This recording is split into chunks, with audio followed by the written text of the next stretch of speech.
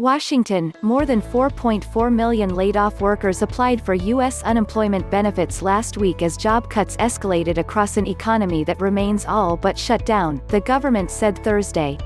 Roughly 26 million people have now filed for jobless aid in the 5 weeks since the coronavirus outbreak began, forcing millions of employers to close their doors.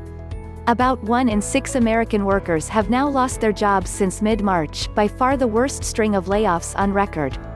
Economists have forecast that the unemployment rate for April could go as high as 20%. The enormous magnitude of job cuts has plunged the U.S. economy into the worst economic crisis since the Great Depression of the 1930s.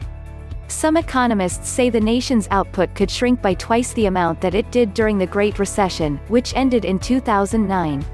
The painful economic consequences of the virus-related shutdowns have sparked angry protests in several state capitals from crowds demanding that businesses reopen. Some governors have begun easing restrictions despite warnings from health authorities that it may be too soon to do so without sparking new infections. In Georgia, gyms, hair salons and bowling alleys can reopen Friday. Texas has reopened its state parks.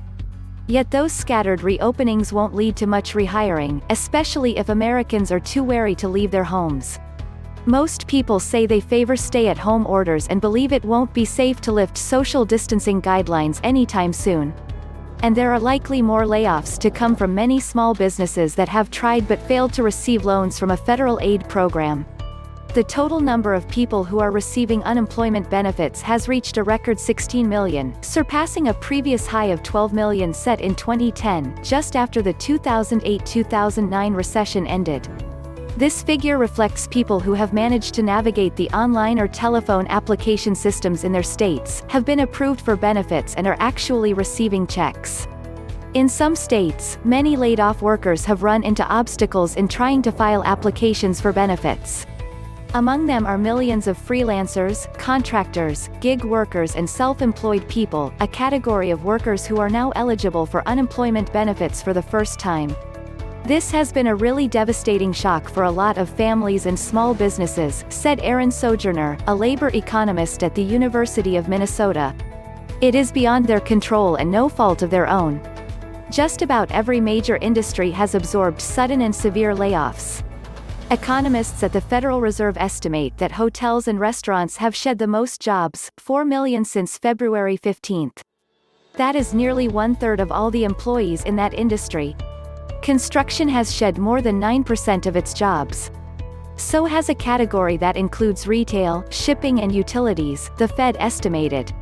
A category that is made up of data processing and online publishing has cut 4.7%. When the government issues the April jobs report on May 8, economists expect it to show breathtaking losses. Economists at J.P. Morgan are predicting a loss of 25 million jobs. That would be nearly triple the total lost during the entire Great Recession period. A $2 trillion-plus federal relief package that was signed into law last month made millions of gig workers, contractors and self-employed people newly eligible for unemployment aid.